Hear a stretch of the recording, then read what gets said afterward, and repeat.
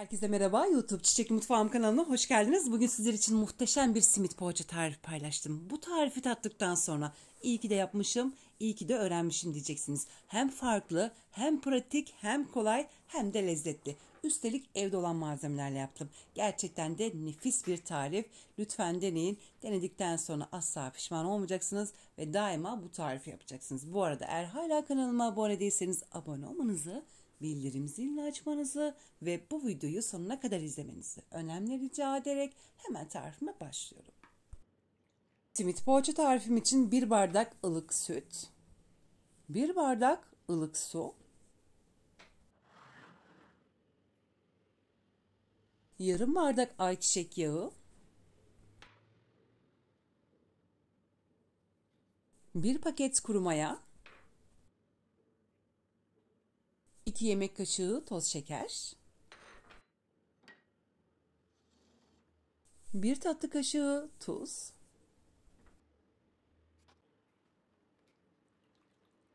ve son olarak da toplamda 6 bardağa yakın un kullandım. Biliyorsunuz ki ben bütün yemek tarifleri videolarımda standart su bardağı 200 ml kullanıyorum.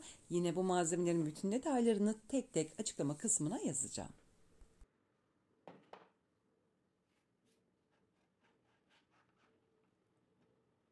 Bu arada beni hangi ülkeden izliyorsunuz veya hangi şehirden izliyorsunuz? Yorumlar kısmına yazarsanız çok mutlu olurum. Aynı zamanda izlemiş olduğunuz bu videoya da beğeni attığınız için herkese teker teker teşekkür etmek istiyorum.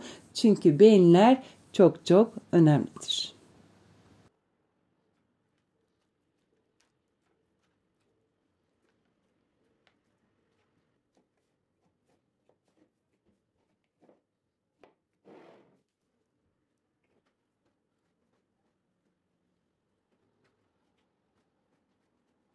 Hamurun kıvamını görüyorsunuz. Yaklaşık olarak 4-5 dakika boyunca hamuru güzelce yoğurdum. Toplamda 6 bardağa yakın un kullandım. Yani 5,5 bardağı mutlaka kullanalım.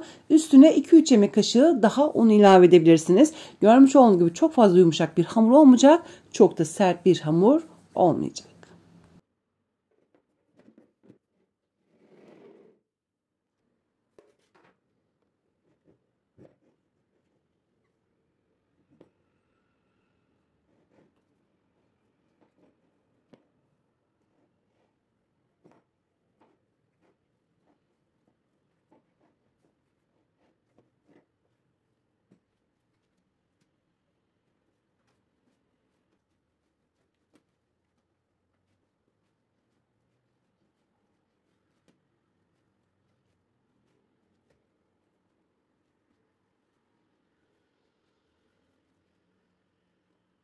Hamuru tekrardan bir beze haline getirerek üstünü kapattım ve sadece 15 dakika boyunca dinlendireceğim. Hamur dinlenirken ben de şimdi hemen iç malzemelerini hazırlamaya başlıyorum. Toplamda 1 kase lor kullandım.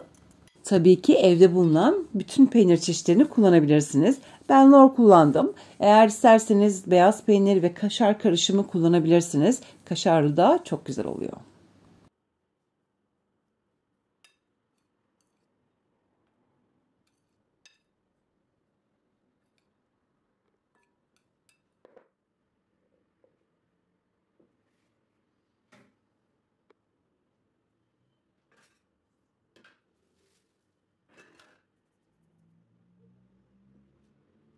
Bezeyi yaklaşık olarak 15 dakika boyunca dinlendirdim. Görmüş olduğunuz gibi sadece parmaklarımla bası uygulayarak hamuru hemen açıyorum. Birazcık açtıktan sonra ters çevireceğim ve tezgahı birazcık unlayacağım.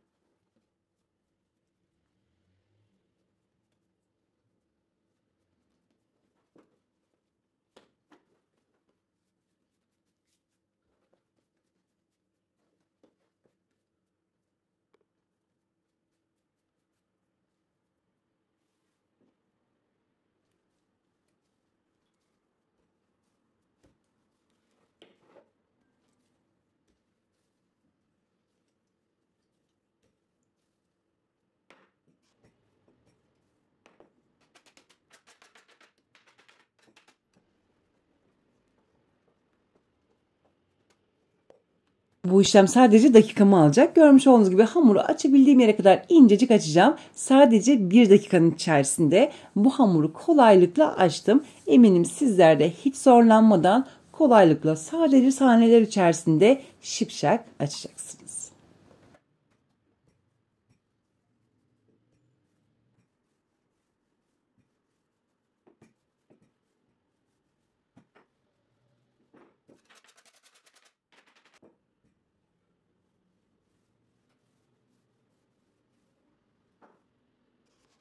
Bezeyi açabildiğim yere kadar incecik açtım ve hiç bekleme yapmadan şimdi tereyağı sürüyorum. Daha önceden ben 1 yemek kaşığı dolusu tereyağını buzdolabından çıkarttım ve ortam sıcaklığında biraz bekledi. Yumuşadı şu anda ve görmüş olduğunuz gibi kolaylıkla hemen hamurun tamamına sürüyorum.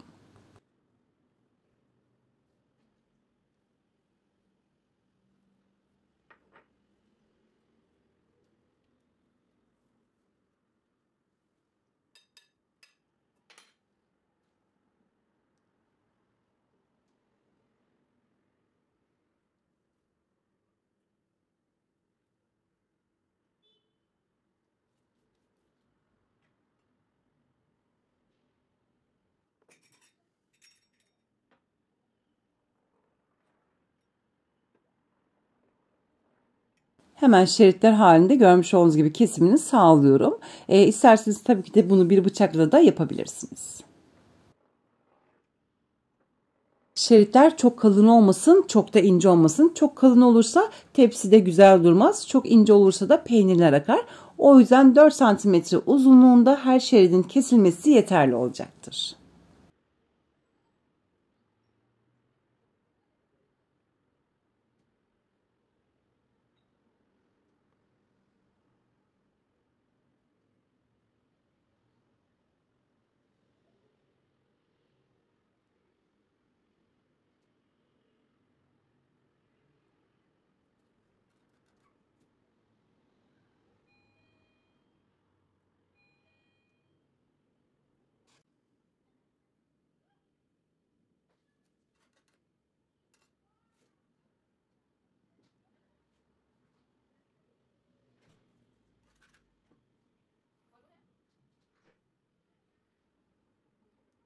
Çok sık olmayacak, çok da gevşek olmayacak şekilde görmüş olduğunuz gibi sarma işlemine devam ediyorum. Bu arada bu işlemi yaparken görmüş olduğunuz gibi peynirler akma yapabilir yan tarafından. Hemen ellerimle bası uygulayarak sarma işlemine devam ediyorum ve böylelikle kolayca bu işlemi sağlıyorum.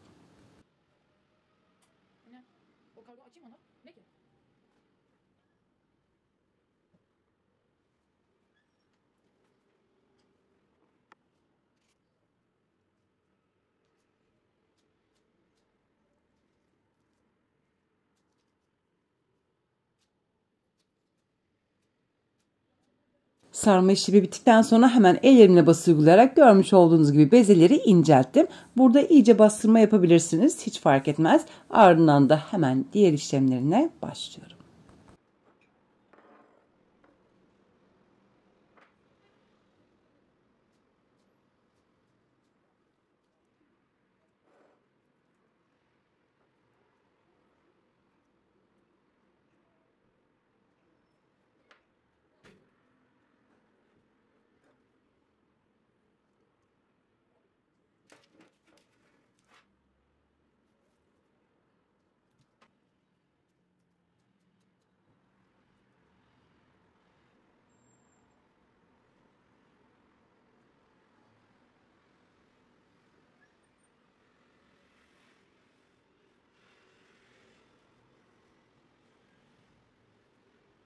İki tane yumurta sarısını güzelce çırptım. Çok iyi çırpmak çok önemlidir. Yumurta kokusunu dağıtmak için. Ve içerisine de ortalama 4 yemek kaşığı 5 yemek kaşığı kadar da süt ilavesi yaptım. Ve hemen görmüş olduğunuz gibi sardığım hamurları bu şekilde kenarlarını önce yumurta sarısı ardından da bol miktarda susamı buladım. Tekerlek gibi döndürerek yani parmaklarım tam ortasına alarak görmüş olduğunuz gibi ve ellerimde hiç yumurta sarısına değdirmeden yine simite hiç değdirmeden yuvarlayarak bu işlemi kolaylıkla yaptım. Belki bu detay size küçük gelebilir ama bu gerçekten de çok önemli. Bakın görmüş olduğunuz gibi yuvarlama işlemi yaparak, yani döndürme işlemi yaparak iki işlemi de kolaylıkla yapıyorum. Tepsinin üstünü kapatarak yaklaşık olarak 15 veya 20 dakika boyunca güzelce dinlendirdim ve artık hemen fırına vereceğim pişmesi için. 180 derecelik fırın ayarında ortalama 35 dakikanın içerisinde pişecektir.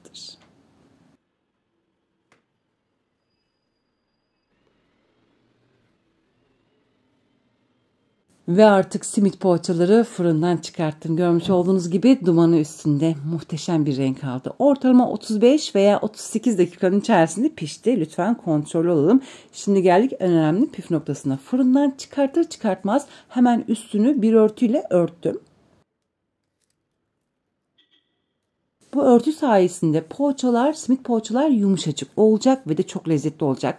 Yani bir 10-15 dakika boyunca dinlendirdikten sonra hemen servisini yapabilirsiniz. Eğer ertesi güne de kalacaksa mutlaka üstünü bir streçle iyice saralım, bir kaba koyalım ve üstüne bir poşet geçirelim ki yumuşacık olsun ve de lezzetli olsun. Gerçekten de nefis bir tarif. Şöyle hemen sıcağı sıcağına açıp sizlere göstermek istiyorum içini.